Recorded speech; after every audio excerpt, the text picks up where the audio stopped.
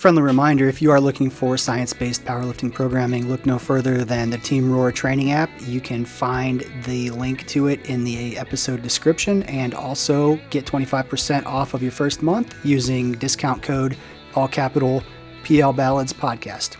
Happy training. All right, everybody, welcome to episode 204. We are joined today by Elaine, Kevin, and Gwen. Who are you guys and why are you here? Elaine. Oh, I'm a power lifter. I'm a master's lifter 3B, and I've been lifting for about 6 years. And I'm part of Team Roar. And so I'm here to spend some time with you all. Awesome. Thanks for being here. Kevo, what's up? Howdy. Kevin Cregan. I also been powerlifting for about 6 years. Started when I was 49 and been working with Josh for almost 2 years, I think. Very addicted to powerlifting. I love it. Love the competition piece of it, and glad to be a part of today's podcast. Sweet. Gwen. Hey, y'all. I'm Gwen. I've been powerlifting for about 4 years due to Kevin Cregan, who said, "Hey, I do this. You interested in competition?" And I was like, "Yes, of course." So he helped get me started, and I too have been with Josh for about 2 years. Lucky you. I know. So I think we'll start with Elaine. You competed at the Masters Invitational last week, I did. 2 weekends ago now. Do you want to kind of touch on that real quick and just kind of talk about your experience? Yeah, How that well, went? it's always great to compete with a group of masters. And the women who were there were so supportive and so fantastic. It was really a special circumstance. And I'm coached by Wade, and he was there with me every single step of the way. And for me, this was a great meet. I got a PR in the squat, which is so exciting for me, and tied my PR in the bench and went for one in the deadlift, but didn't quite get it. But I just felt really good being there, and I felt calm. I felt excited at the same time. And I felt like I was with a group of women who we all had the same goals, and we were all there for the same reasons. You also tied your PR total. I did. For those that are keeping track at home. Oh, okay. Well, actually, I forgot about that. The total's the most important one. I know. So I was so excited, honestly, about the squat PR, and I was excited because after the first one, I thought, I can maybe do this. And after the second one, I thought, I'd definitely do this. And so when Wade set it for 95 kilograms, I walked out there just sure I was going to get it because Wade said I was going to get it. And he told me he has a job and I have a job, and his is to train and make decisions, and mine was to follow instructions. And so once we agreed on that underlying principle, we did just fine for the rest of the meet. Awesome. And what I think is cool about you is how you train. You have basically equipment set up in your living room. Is that right? So during the pandemic, I gradually set up a little gym kind of in an enclosed porch in my house. And I bought things a little at a time off of sales and Craigslist. And I found some stuff that was junked outside someone's house. So nothing matches nothing. None of my plates match each other. And none of my equipment matches anything. But it's great because it looks out over my garden. So at any given time, I'm looking at something blooming. I've set everything up. So, I look out when I'm squatting, I'm looking out over the daffodils. And then I have a local coach who's with me 3 days a week. So she's the person who's there giving these corrections and spotting and doing all those things. And then meeting with Wade after every single session, we follow his program. And so it's really the best of both worlds. I don't feel alone doing that, but I know I'm getting the best coaching possible. So it's great for me. Sweet. Let's see. So I want to kind of go through just kind of the housekeeping things. I got a couple announcements I want to make for everybody just because there's some deadlines coming up, and then we'll get back to talking with you all. All right. The NGB nomination deadline, May 16th is the deadline for nominees for president and nominees for executive committee. That was May 16th. Also, deadlines, nomination deadlines. May 30th are for women's committee chair, athletes representatives, and honorary awards. Again, that is May 30th. So let's get those nominations in. Yep, and that'll be for the NGB. That'll be at Raw Nationals the Monday following Raw Nationals at June something, whatever that Monday is after Raw Nationals. But for those that haven't been listening, we are going to have interviews with the presidential candidates on the podcast. We've already completed a few of those, and once we have the final nominations, hopefully we'll be able to get every single one that's running for president. Because I have some serious questions to ask them. Can I ask a rookie question? Sure. What the hell is NGB? Oh, thank you for saying that, because I didn't know either. Thank you so much, Kevin. So it's the national governing body meeting. So it's basically all the voting members of USA Powerlifting. They meet once a year at Raw Nationals and basically decide on policies, rule changes, future leaders, elections, things like that. So it's pretty interesting. Every USA Powerlifting member can attend, and I would love everybody to attend. But the only people that have votes are like state chairs, executive committee, certain committee chairs, and athletes representatives. So everybody can be there and attend and, weigh in on certain things, but the voting is restricted to those people. But it's pretty interesting. Like, I really think if you're in the area, hint, hint, Kevin, Gwen, it's well, actually, Elaine, you'll be there too. Because what's the deal here? yeah, but it's on Monday. So if you're able to stay an extra day. Yeah. Kevin and Gwen live locally, so like they don't, if they don't have travel, they might have already booked, so they have no excuse. But I do think it's worth being there. It's from 9 to 5 on that Monday following Raw Nationals. But yeah, no stupid questions here. Cool. Let's see. Other announcements. I just want to go over the IDFPA Student and University World Championships happened this past weekend. I just kind of mention the best lifters real quick, and then we'll keep it moving. So the best lifters on the female raw student side, Kate Lincecum had a 404 dots. Female raw university division, Shayla Measles had a 437 dots. In the female equipped student division, Brianne Jones had a 419.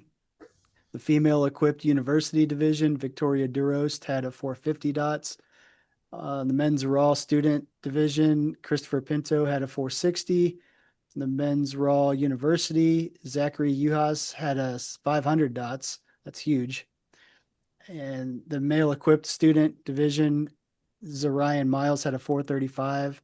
And the male equipped university, Jace Zachary had a 498. So the student division is high school and the university division is collegiate. I guess I should have maybe mentioned that first. I was about to ask. Yeah. Yeah, we're professionals here.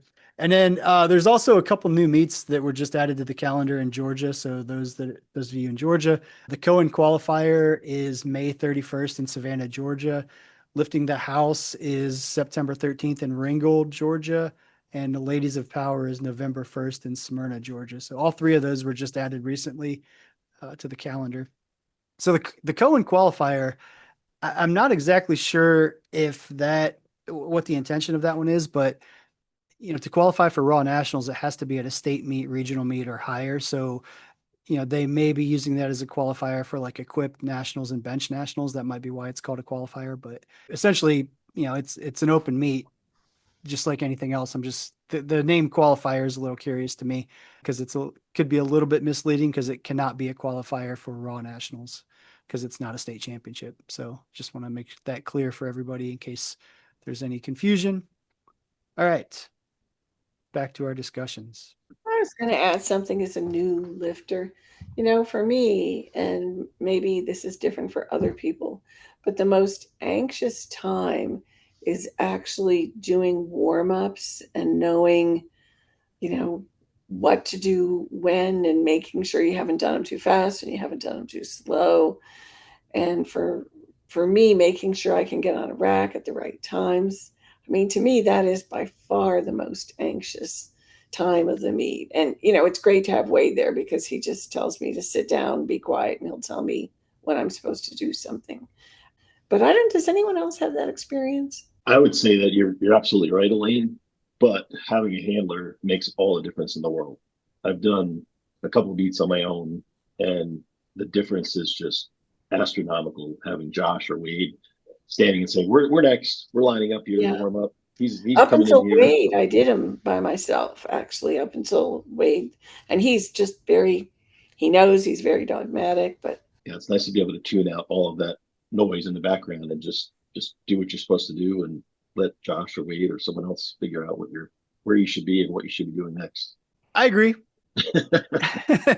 Well, I mean, I was once a lifter too, right? And yeah, that's definitely, I would say leading up to squat especially is like the one that really, because it's the first one. It's kind of sets the tone for the rest of the meet, and that's the one you have the most time to think about, because like once the meet starts rolling, you go through your squats, and then it's like, all right, time to start warming up for bench. You don't have time to agonize and think about the bench for hours after weigh-ins, right? It just kind of gets rolling. So yeah, I agree. I think it's very common. yeah, it's very common. It's definitely something I think most people experience. So I think a lot of people probably don't like to talk about it because they think they're the only one that's like stressed out and nervous about it. But yeah, I think it's pretty universal. I'm not nervous right before I go on, although in this past meet, I was going on for some lift, and Wade yelled out loudly, "Discipline!" And there was like maybe 3 people in the back who didn't hear it, right? So I'm walking and there's this disembodied voice yelling, "Discipline!" I'm like, oh, I better get this. I really better get this one. Um, and so, yeah, I don't feel nervous walking out. And then it's like, okay, whatever, execute. Don't get in trouble. You are more afraid of Wade than you are of the weight. Oh, absolutely. Oh, for sure, especially if he's yelling at you. Discipline! Follow instructions. Execute. Okay, okay. Down. I was going to share my favorite moment of going out onto the platform, Elaine. This kind of reminded me of it was my last deadlift, and we were going for a PR, we were going for a state record, and Josh pats me on the back and he goes, "Just don't fuck it up." This coaching thing's really really simple. You just say the obvious things. And I'll never forget. And you did it. I did it. For you, that's great. I sometimes imagine what I would say if I were in the position of being a coach at a big meet, and what I would say to a lifter that would be motivating and get them to get to that peak level and in that exact moment. And I don't know. I don't know what I would do or say. I would imagine every lifter needs to be treated differently. That's your area, Josh, right? Like some people like to be motivated, some people like to be disciplined, some people like to be left alone. I Left imagine. alone, yeah, for sure. Yeah, it's a juggling act because everybody responds differently to different things too. Like, some people want like slapped on the back real hard. Other people like they want to be distracted with a joke right before they go out for a PR. Like it's a very drastically different, you know, thing. So yeah, so getting those crossed are not a good thing if you're coaching two people with opposite personalities at the same time, which I have done, I will admit. And if you ask Lee Webb, I can think of a couple of different examples where, I've accidentally slapped her on the back when she doesn't go for that sort of thing. She still brings that up all the time. So, yeah. Yeah. So let's move on to our powerlifting situation thing here, because this is something that we kind of do every week, and it's just a hypothetical, and we'll just kind of get your guys' opinion on how you would handle it. So the situation is this. We'll start with Elaine again. You guys can all kind of weigh in. You went 2 for 3 in a squat, meaning you got 2 out of 3 of them. And as you're warming up for bench, it feels way heavier than usual, even though you've hit these numbers easily in training. What would your strategy be, or I guess what adjustments would you make when this happens? That's definitely happened to me, and especially when it comes to bench, where even if I've gone 3 for 3 in the squat, where I lay down and I'm like, oh my gosh, what happened here? This is way heavier than it should be. So for me, I sit up and, have a little talk with myself and say, same thing I say every time. Um, You belong here just like everybody else. You're going to do fine. You just need to execute, but you have every right to be here. And then I lay down, I take the empty bar, and I know I'm going to do 5 lifts. I know I'm just going to do the empty bar 5 times. And I don't know, just taking that break and giving myself that talking to, and especially the part about saying, you do belong here. Because especially if, like Kevin and we're both later in life coming to powerlifting. And sometimes it does feel like, do I really even belong here? I mean, all these people have been doing it so long. And is that why it feels heavy? Have I not trained right? Have I not done something? And so telling yourself that out loud, I find to be very helpful. And then I can usually lay down and get through the warm-ups. Okay. Kevin, what's your experience? I would say I'd have to trust the process, especially if I know that I can do the numbers that are being put up for the warm-ups. If we've done them in training, and unless you're nursing an injury or maybe you had a shitty night's sleep, who knows what may have happened the last 24 hours before the meet. But I would just say trust the process. Maybe talk with your coach and adjust your opening number so that you can make sure you get on the board for bench. But yeah, I just would go with the numbers and trust Josh or Wade or the process and just go for it. Yeah, Wade's not real big on dropping your opener. You got your opener, and if you say to him, I'm doing this and I don't have all confidence, I don't know, that it feels really heavy, and can we maybe drop it? I mean, he just gives you this look. And you're like, or not. We can leave it exactly like it is, and I'll go warm up again. He's not big on that. Yeah, I get it. Elaine, I'm not sure if you know, but I am also a master's 3. I didn't. Oh my So gosh. I am also starting this late in my life, and it's so much fun. Josh, I have to say, I haven't felt like my bench at warm up has been difficult at a meet, at least. So I think I would just tell whoever's handling me that happened, but to just move on. And like Kevin said, trust the process. And, I'm pretty sure Josh has that same look that Wade does. Like, yeah, your opener's your opener. Right. There's no reason you can't get it. Did we ask for your opinion? No. Right. Yeah. Sit down and shut up. Yeah. That is what the look says. Yeah. Yeah, I think, for the most part, the opener should be something that, even on a bad day, if it was selected correctly, should be good to go. But I mean, there are situations where the squat took way more out of you than you thought it would, or, something's just, maybe you're starting to get sick and don't know it, or sometimes there's things where it legit isn't as strong as it should be, and it's okay to lower it. And I think it's smart to lower it in those situations. But I would say in most cases, it is what you all have said. It's everything's fine. Sit down and shut up and just do it. That's all I have to say about that.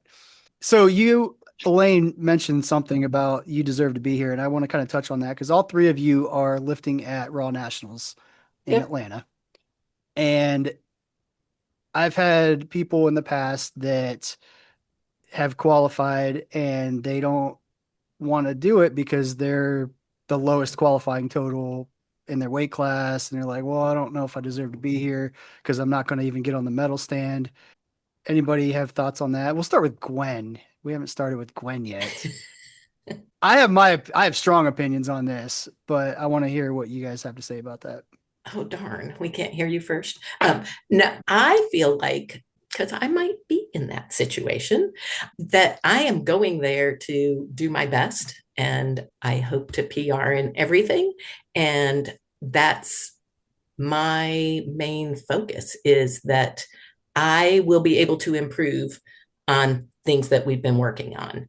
And I know that my coach will push me when I need to be pushed. So if I am close, whoever my opponents are, if somebody's having a bad day and I'm having a really good day and I can get that extra place, then, I want my coach to make the decision for me. Fair. Kev, thoughts? Uh, so unfortunately or unfortunately, a lot of the meets that I've done, I haven't had a ton of competition in my weight and age group. I have had a few, but I've been lucky enough to get a bunch of first places, which is fun.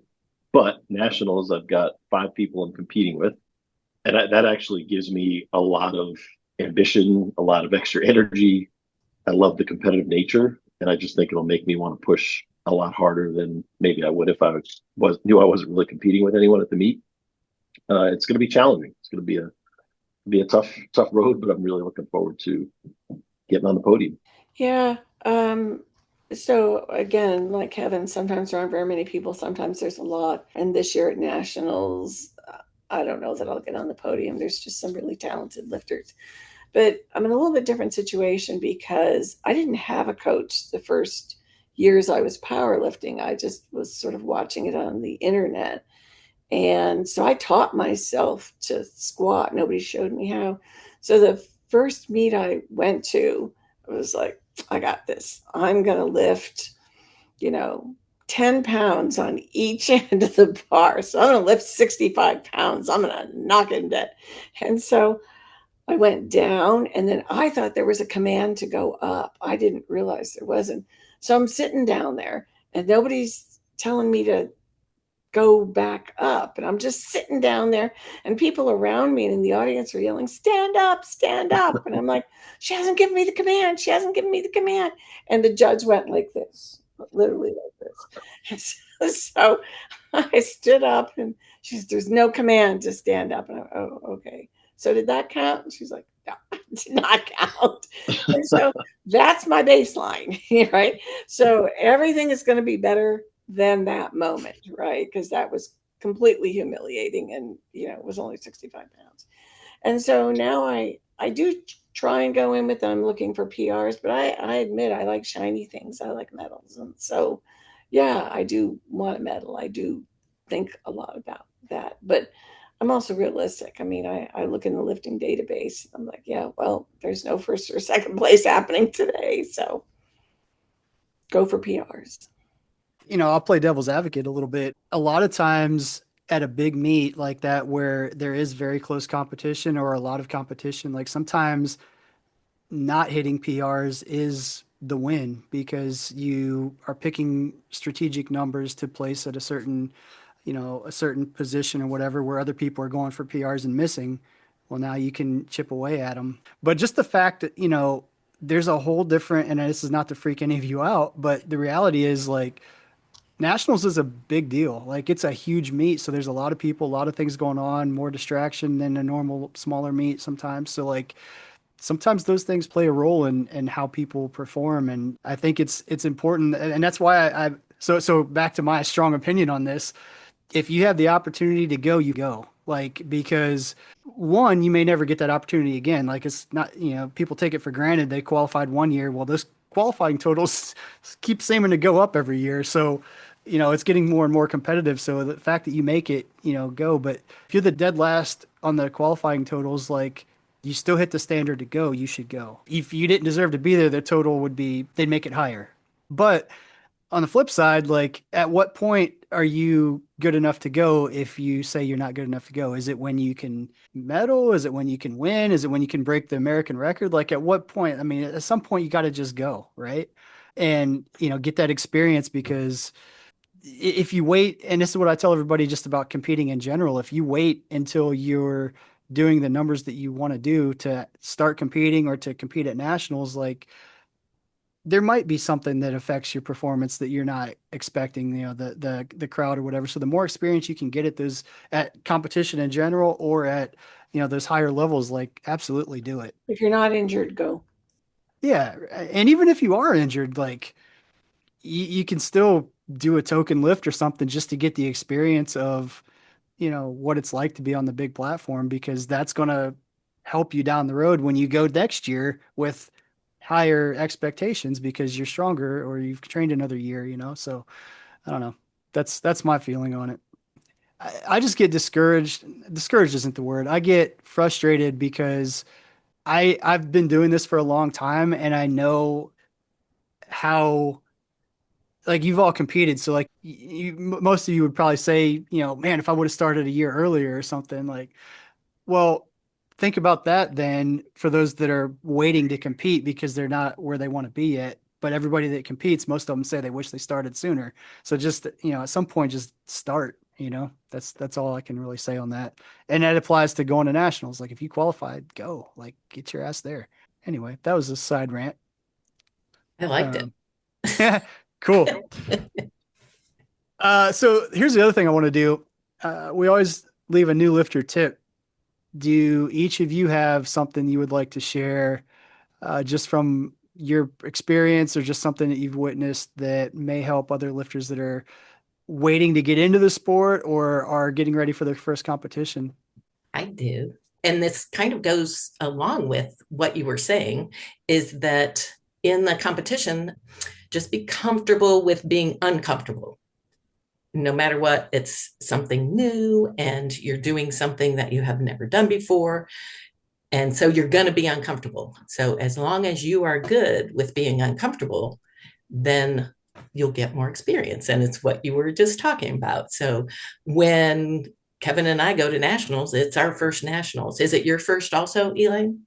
No, You've I've been a before. couple of times. Yeah. So we'll be looking to you for that experience, but we will have we'll have that, unnervedness, whatever it is. We're going to be very nervous because it's that big stage. We are going to be uncomfortable, and I know that I'm going to be uncomfortable, and I'm going to be okay with it.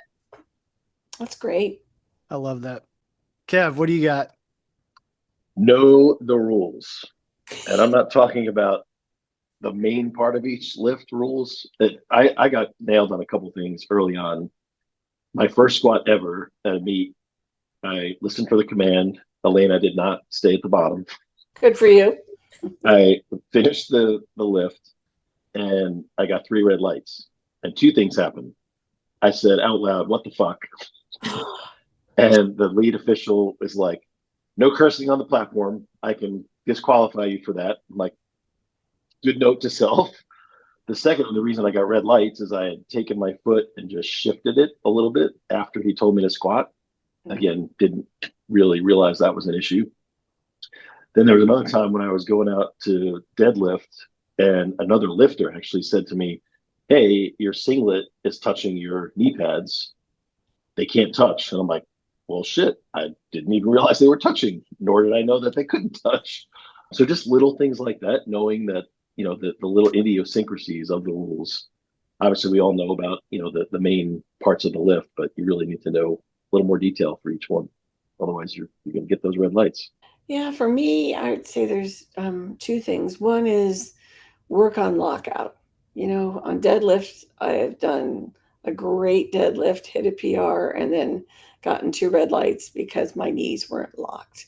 And so, even though you sometimes tell yourself when you're, in the middle of a workout, yeah, I'll really lock them out in the real competition, lock them out every single time because they seem, especially at nationals, to love to give red lights for not being locked out.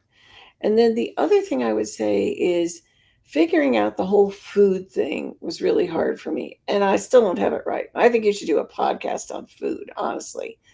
And it's worth listening to more experienced lifters.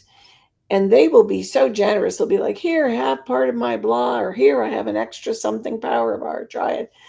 Don't necessarily want to do that on lift day, but there's a wealth of experience on dealing with food in that room, whatever your first meet is, and it's worth getting information from that cohort, from that group of people. I really struggled with it, and I know I still don't have it right. So that's definitely a place where there's a lot for, I think, every lifter in the room to improve. That's a good one too. That's good. We should do a podcast on that, actually. That's a good Yes. idea. I can tell you everything I've done wrong. Well, and I think, yeah, a lot of people just end up not eating because they have a nervous stomach or something like that. So then by the time like deadlift rolls around, they're exhausted. Other people like do what other people are doing. So they see somebody eating like I don't know, a bunch of Cinnabons in the morning after weigh-in. So they do the same thing and they haven't had Cinnabons in 20 years and then their stomach's all jacked up. So yeah, I mean, I'll give a couple, like, I guess, principles here. In general, don't do anything new. So eat what you normally eat, but two, like, eat things that are going to fuel you and sustain you throughout the day. So practice those things in training as well. Like on heavy training days, like practice eating how you would eat at the meet and see how you feel. Those are very generic guidelines. And, obviously I have specific prescriptions I would give to people of, what to eat, when to eat, stuff like that. But, don't do that for the first time at a meet, because that's asking for trouble. Yeah, I still think you should do a whole podcast on food. Yeah. Yeah. Maybe we will. So I would love to, I have to see if I can. So when I was competing, when I first started competing, I was in college, and one of my professors was, I went to school for exercise science. So I had a bunch of nutrition classes and, anatomy, physiology and stuff like that. But my one nutrition professor actually sat down with me and did a whole, like, you know, at 8:53 you're going to eat and literally, like, by the minute breakdown of what to eat, and it was awesome. And that's still basically the template I follow with most of my lifters now. Which is funny because now that you mention that, I don't know that I've really shared that with too many of them. That must be in phase 2. Yeah. I don't know anything. Have we not been with you long enough, Josh? Yeah, you haven't reached that status yet, I guess. Yeah, I have to actually, pull that up and send it out to everybody, but again, it's, that would be something I'd want everybody to try ahead of time. And there's a difference for me too than some people, because, like, I was always drastically cutting weight, so my eating protocol on meet day is very different from somebody that's, not cutting weight for a weight class too. So yeah, there's a lot of good information out there that we need to discuss, and I guess I need to share because I apparently haven't done that.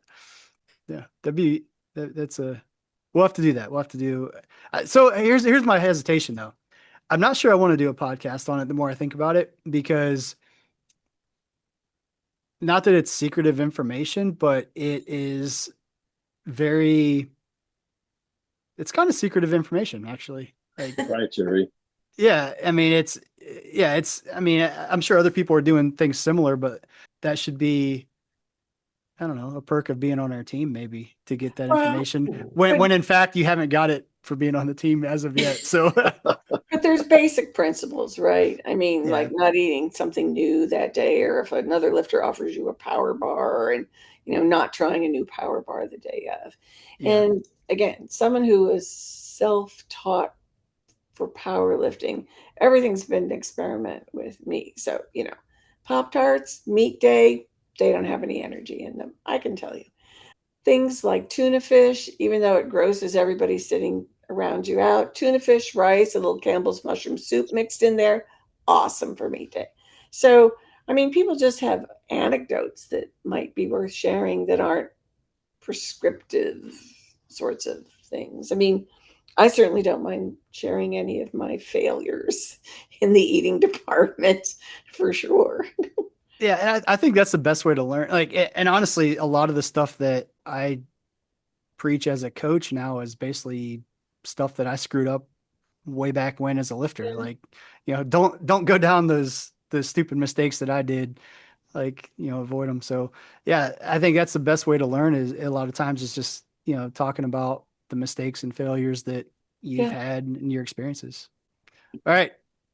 That's all I have officially. Anybody else have anything they want to rant about? not today. Not today. No, but I say go Team Roar at Nationals. Absolutely. Yeah, I think it's gonna be fun. We have a good number of people competing, so it'll be a good Elaine, are time. you on Saturday? We're on Sunday, right, On Gwen? Sunday. I'm on Saturday. Are we on? Am I on Saturday? No, you're on Sunday. It's by weight class. Oh, by weight. Yeah, Yeah, I'm yeah, definitely on Sunday then. yeah. So I think most of our lifters are Saturday and Sunday. We have one on Friday. Nobody on Thursday. So It'll be fun though. I'm excited. Like I love that it's in Atlanta too. Oh, Like don't have to. It's like 20 minutes. Like Kevin, Gwen, and I all live in the same area, so we're all like what 20 minutes, I'm 30 excited minutes. to sleep in my bed and eat the food I want before the meet. Wow. I wonder what Absolutely. that's like. It'll be good.